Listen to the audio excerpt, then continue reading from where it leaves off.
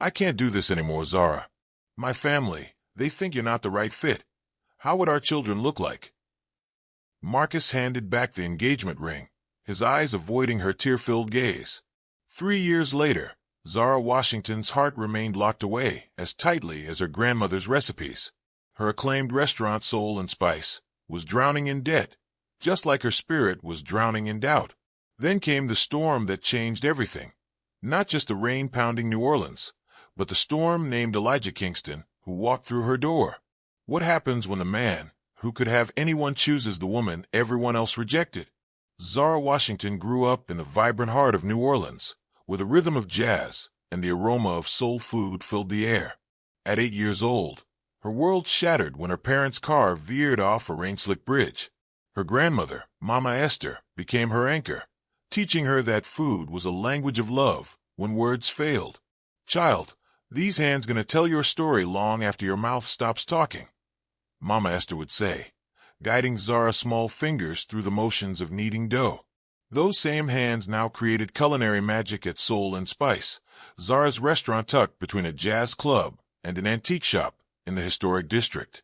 Despite critical acclaim and a loyal local following, the restaurant's books bled red. Each month, Zara juggled bills like a street performer, never letting her staff see her panic. They saw only her confidence in the kitchen, never the woman who cried into her pillow at night. At 32, Zara had built walls higher than the levees protecting her city. Her last relationship had ended 3 years ago when Marcus, her fiancé of 2 years, returned her grandmother's restored ring. "They're concerned about what our children would look like," he'd mumbled, as if her size and shade were genetic defects rather than the very essence of who she was. That night, she'd boxed up her heart alongside her dating apps. Love was a luxury she couldn't afford, not financially, not emotionally. 2,000 miles away in his Manhattan penthouse, Elijah Kingston stared at spreadsheets, but saw only emptiness. At 36, he had inherited his father's shipping empire and his mother's striking looks, but neither of their cold calculations. The Kingston name opened every door except the one he truly sought, authentic connection. "You're too soft, Eli," his father would say, the nickname a weapon rather than an endearment. Business is about power, not people. Meanwhile, his mother orchestrated his social life like a symphony of strategic alliances, each girlfriend more suitable and soulless than the last. 6 months ago, he'd ended his engagement to Victoria Chambers after overhearing her at a charity event. "Can you believe what she's wearing? At that size, horizontal stripes should be illegal." Victoria had laughed to her friends, mocking a woman who'd just donated her late husband's fortune to children's cancer research. In that moment, the emptiness of his world became unbearable. What no one knew was that Elijah had created the Phoenix Foundation, buying struggling black-owned businesses and returning them to their owners with capital and support. He operated under a pseudonym, desperate to know if anyone could see beyond the Kingston fortune to the man beneath. Have you ever felt judged before someone truly knew you? Share your experience in the comments below, because Zara and Elijah's story might just change how you see love forever. The sky above New Orleans cracked open like a chef breaking eggs, pouring rain onto the empty streets. Inside Soul and Spice, Zara wiped down tables that hadn't seen customers all evening, calculating how many more quiet nights her business could survive. The door burst open, bringing in a gust of wind and a drenched stranger. Tall, with rain-darkened clothes that couldn't hide their expensive cut, he stood dripping on her hardwood floors. "We're closing," Zara called, not looking up. "I can see why, if that's how you greet potential customers," the man replied, his voice carrying the crisp edge of old money. Zara's head snapped up, a retort ready on her lips that died when she met his eyes, warm brown against sharp features that belonged on magazine covers. "Fine. One meal. Whatever's left in the kitchen." Instead of a menu, Zara brought him her grandmother's jambalaya, a recipe she never served to strangers. Something about his solitude matched her own. "This," he said after one bite, closing his eyes, "is what food should be. Memory and promise in every mouthful." For an hour, they talked about flavors and traditions. He asked questions no customer had ever asked, about the stories behind her dishes, the hands that had passed down techniques. Then his phone rang, and she glimpsed the name on the screen, Kingston Enterprises. "You're Elijah Kingston," she said, her voice flat. "The man buying up half the historic district." His expression shifted. "I'm interested in community investment." "In gentrification," she corrected. "In pushing out people who've been here for generations, so you can build luxury condos." The warmth between them froze over. 3 days later, Zara's supplier called. "Your account's been paid in full, Ms. Washington," by an anonymous donor. Fury propelled her across town to the Windsor Court Hotel. She stormed past security, rode the elevator to the penthouse, and pounded on his door. "I don't need your charity," she said when he opened it. It wasn't charity. It was an investment. "In what?" "My gratitude. My body? What exactly do billionaires buy these days?" His jaw tightened. "In your talent. I have a proposition. My foundation hosts events for potential investors. Cater 6 dinners for me. I'll pay triple your normal rate, plus invest in your restaurant expansion. And if I refuse, then you've rejected a business opportunity based on pride, not practicality." He stepped closer. "Isn't your grandmother's legacy worth more than that?" The mention of her grandmother felt like a slap. How dare he use Mama Esther against her? "Fine," she said. 6 dinners. But this is business, nothing more." If only business didn't suddenly feel so personal. The first dinner was a disaster. Zara arrived at the Kingston Foundation's downtown office to find the kitchen woefully under-equipped. When she complained, Elijah rolled up his sleeves and worked alongside her, chopping vegetables with surprising skill. "My nanny taught me," he explained when she raised an eyebrow. "My parents were always too busy for family dinners, so I'd hide in the kitchen. Maria said if I was going to be underfoot, I might as well be useful." Something in his voice, a loneliness that echoed her own, made Zara pause. The second dinner went smoother. The third, smoother still. By the fourth, they moved together in the kitchen like dancers who'd rehearsed for years. After the guests departed, they'd sit with glasses of wine, picking at leftovers and sharing pieces of themselves neither had intended to reveal. "My father called me Eli the Inadequate," he confessed one night, staring into his glass. "Nothing I did was ever enough. Not my grades, not my business ideas, certainly not my compassion. That was his favorite target." "Compassion isn't weakness," Zara said fiercely. "In the Kingston household, it was the cardinal sin." His smile didn't reach his eyes. "What about you? What's your deepest wound?" She hadn't meant to tell him about Marcus, about the ring returned and the family, who thought she wasn't good enough. But the words spilled out like sauce from an overturned pot. "He said he loved me, but not enough to fight for me," she finished, surprised to find the pain had dulled. "I decided then that love is just another luxury item, not meant for women who look like me." "He was a fool," Elijah said, his voice low and certain. Their eyes met across the table, and something electric passed between them. The fifth dinner featured Zara's modern take on her grandmother's recipes. When an investor praised the food but suggested elevating it by removing traditional elements, Elijah stepped in. "The authenticity is what makes it exceptional," he said firmly. "Some things shouldn't be changed to make others comfortable." Later, Zara found him on the balcony, staring at the city lights. "Thank you," she said, "for defending my food." "I wasn't just defending your food." He turned to face her. "Zara, you've shown me what it means to create something authentic in a world that rewards conformity. And you've reminded me that not everyone sees my size and color before seeing me." The admission cost her, but his expression made it worthwhile. They stood close enough that she could feel the heat from his body, close enough that if either leaned forward. His phone rang, his mother's ringtone. The moment shattered. The sixth dinner approached, the last in their agreement. Zara told herself she was relieved. This strange connection with a man from another world was temporary insanity.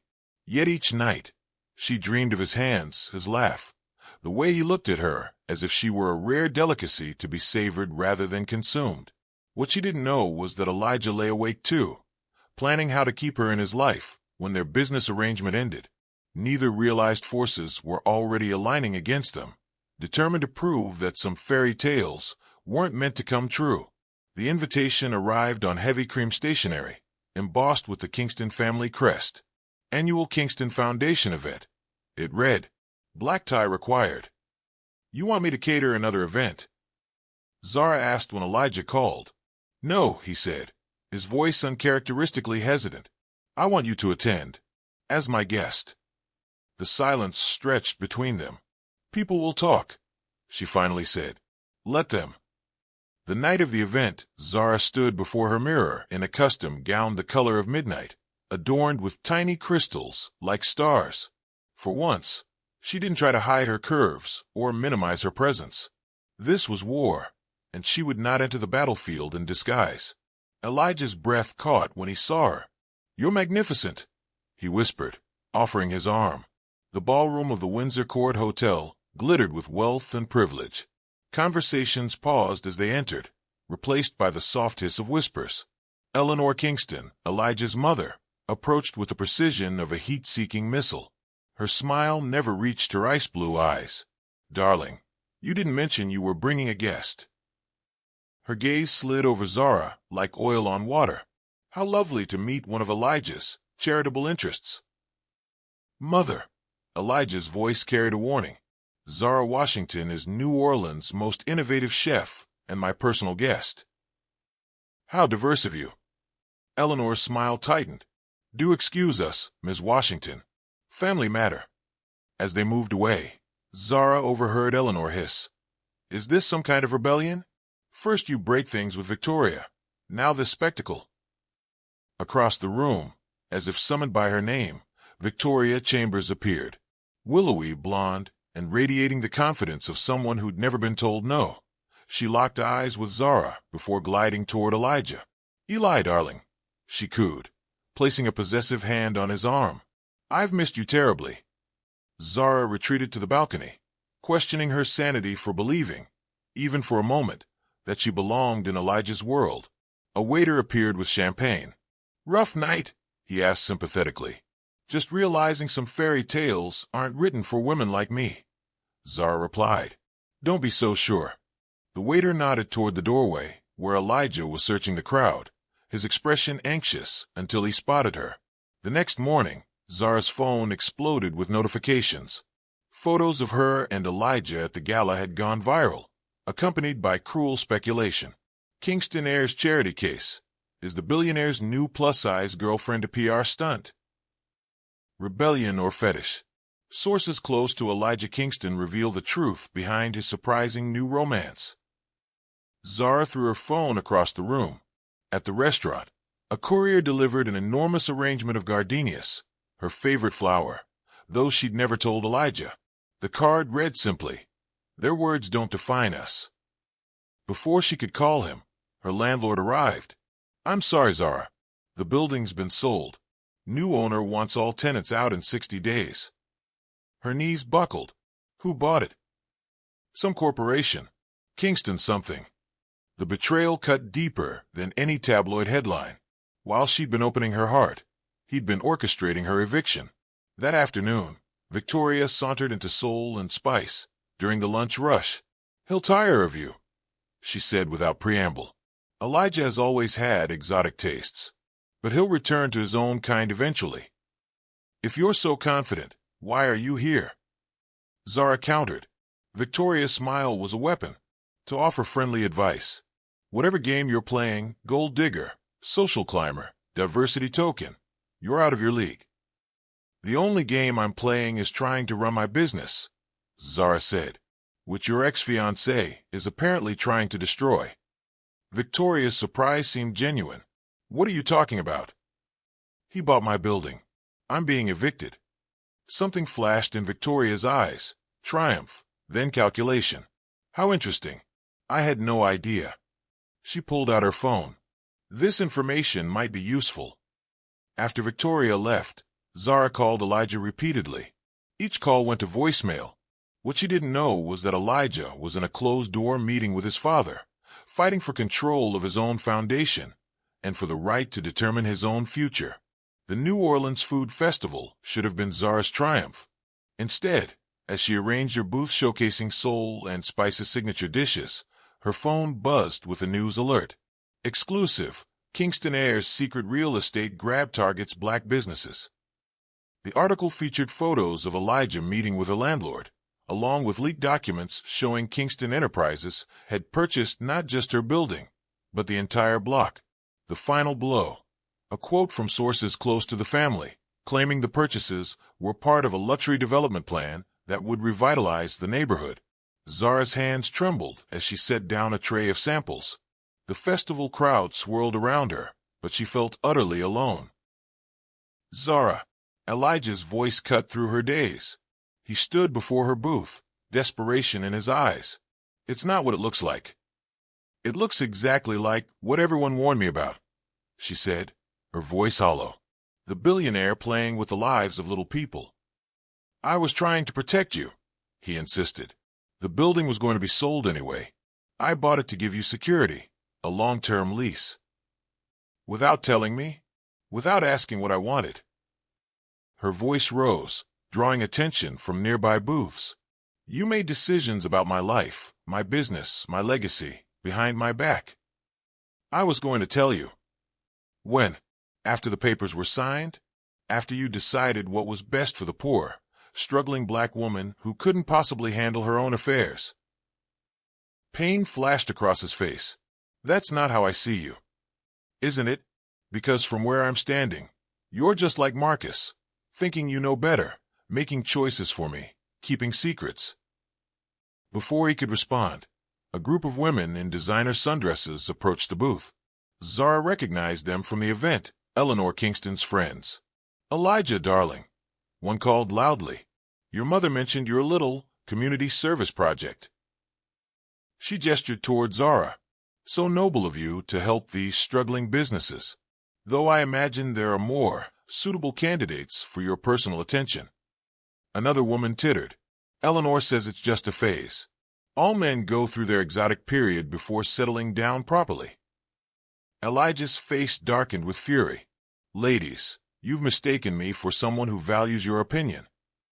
But when he turned back, Zara was gone, leaving only a tray of cooling food and the shattered remains of what might have been.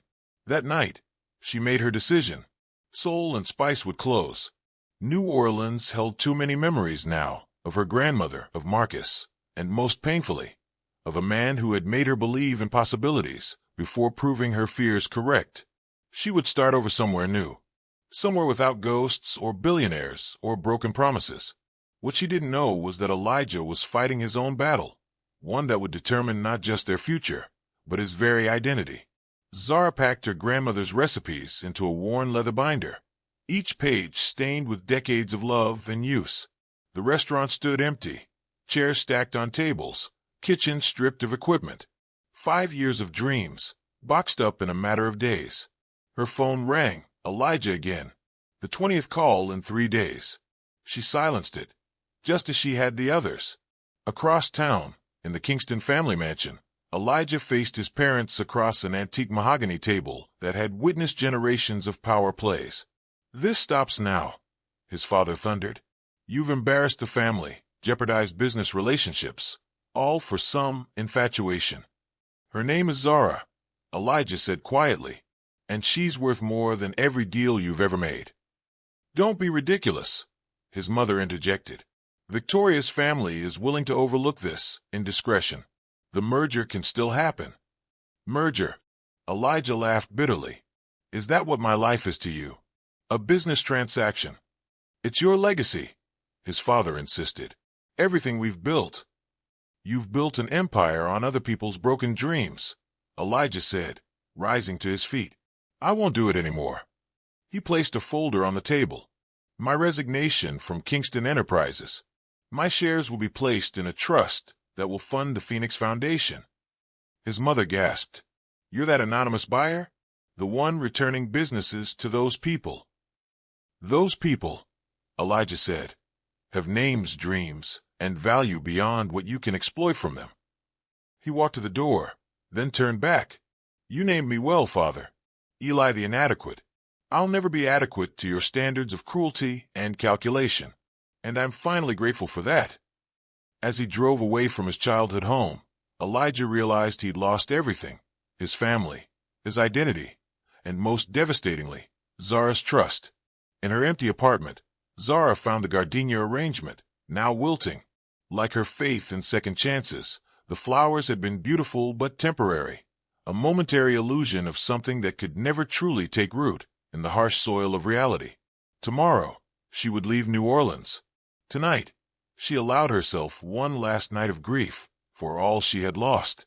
The text arrived at midnight. Before you leave, give me 1 hour. Soul and Spice. 7 p.m. tomorrow. For closure, if nothing else. Zara told herself she was going only to say a proper goodbye, to close this chapter definitively before starting anew. When she arrived, the restaurant was transformed. Candles illuminated the space she'd lovingly created, casting golden light on walls now bare of the family photos and reviews that had once adorned them. A single table waited in the center, set for two. Elijah emerged from the kitchen, not in his usual tailored suit, but in simple black pants and a white shirt, sleeves rolled to reveal strong forearms. He looked both more vulnerable and more powerful than she'd ever seen him. "Thank you for coming," he said simply. "I'm leaving tomorrow," she replied. "This doesn't change anything." "I know. Please sit." The first course appeared, a perfect recreation of the jambalaya she'd served him that rainy night. Beside the plate lay an envelope. "What's this?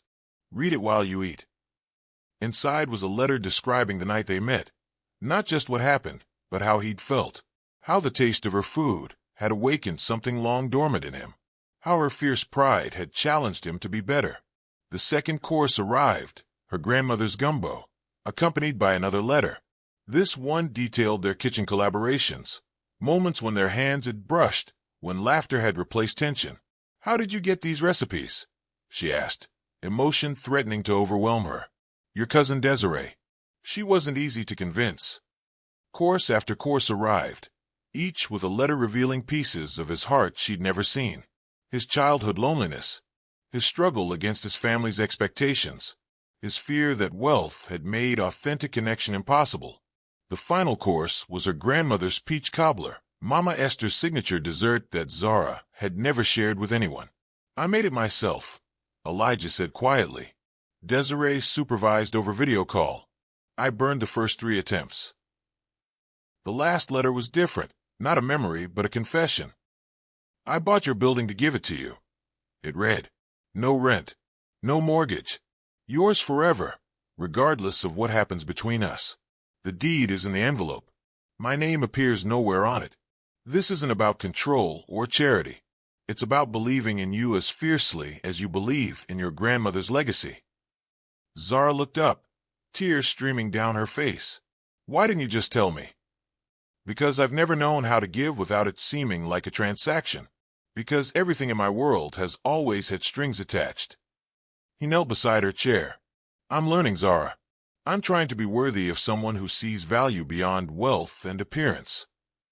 Before she could respond, her phone rang. The event planner for a farewell party she'd agreed to cater as her final act in New Orleans. "There's been a disaster," the planner wailed. "The kitchen at the venue flooded. We have 200 guests arriving in 3 hours, and nowhere to prepare the food." Zara looked at Elijah, an unspoken question in her eyes. "Soul and Spice's kitchen is fully functional," he said. "I made sure of it." What followed was beautiful chaos. They worked side by side, creating a feast from limited ingredients and unlimited determination. When a sauce broke, Elijah knew exactly which cabinet held the cornstarch. When they ran short on shrimp, Zara improvised a vegetable dish so delicious guests requested the recipe. They moved together as if they'd been partners for years, anticipating each other's needs, strengthening each other's weaknesses. As the last plates went out, Zara realized something profound. This man saw her. Not her size, not her color, not what she could do for him. He saw her strength, her passion, her worth. And in that moment of clarity, she saw him too. Not the billionaire, not the Kingston heir, but Elijah, a man fighting to become more than what others had decided he should be. "I'm still leaving tomorrow," she said softly. "I know," he replied, "but I'm asking you to take me with you." 1 year later, Zara stood in the gleaming kitchen of the expanded Soul and Spice, watching students from her culinary program practice knife skills. The restaurant had doubled in size, now including a cooking school for youth from underserved communities. Chef Washington, a young girl with beaded braids, held up her perfectly diced onions. Like this. Perfect, Jasmine, Zara smiled. Your technique is getting better every day. The bell above the door chimed. Elijah entered, carrying a box that made Zara's heart skip. The first printed copies of her cookbook, Soul Memories, Recipes and Stories from My Grandmother's Kitchen. They're even more beautiful than I imagined, she whispered, running her fingers over the cover featuring a photo of her grandmother's hands beside her own, both working dough. Just like its author, Elijah replied, kissing her softly. Their path hadn't been easy. Eleanor Kingston still refused to acknowledge their relationship. Certain social circles in New Orleans continued their whispered judgments. Victoria had tried one final sabotage attempt before realizing the futility of fighting against something as powerful as what Zara and Elijah had built together. But they'd also created something beautiful, a foundation that had saved 28 family-owned businesses in the past year alone, a community of friends who celebrated their love. A relationship built on seeing each other's true worth. That evening, after the students left and the restaurant closed, they cooked dinner together in their home kitchen, a simple ritual that had become sacred to them both. I got another letter today, Elijah said, chopping herbs with the precision she'd taught him, from a woman who read about us. She said our story gave her courage to believe she deserves love exactly as she is. Zara smiled, thinking of how far they'd both come. Everyone deserves that kind of love, the kind that sees beyond surfaces to the soul beneath. In a world obsessed with appearances and status, they had found something rare and precious, a love based not on what others valued, but on what truly mattered. If this story touched your heart, hit like and subscribe to Zenith Inspiring Stories for more powerful tales of unexpected love. Remember, true worth isn't determined by size, color, or wealth, but by the courage to be authentically yourself and love others for who they truly are.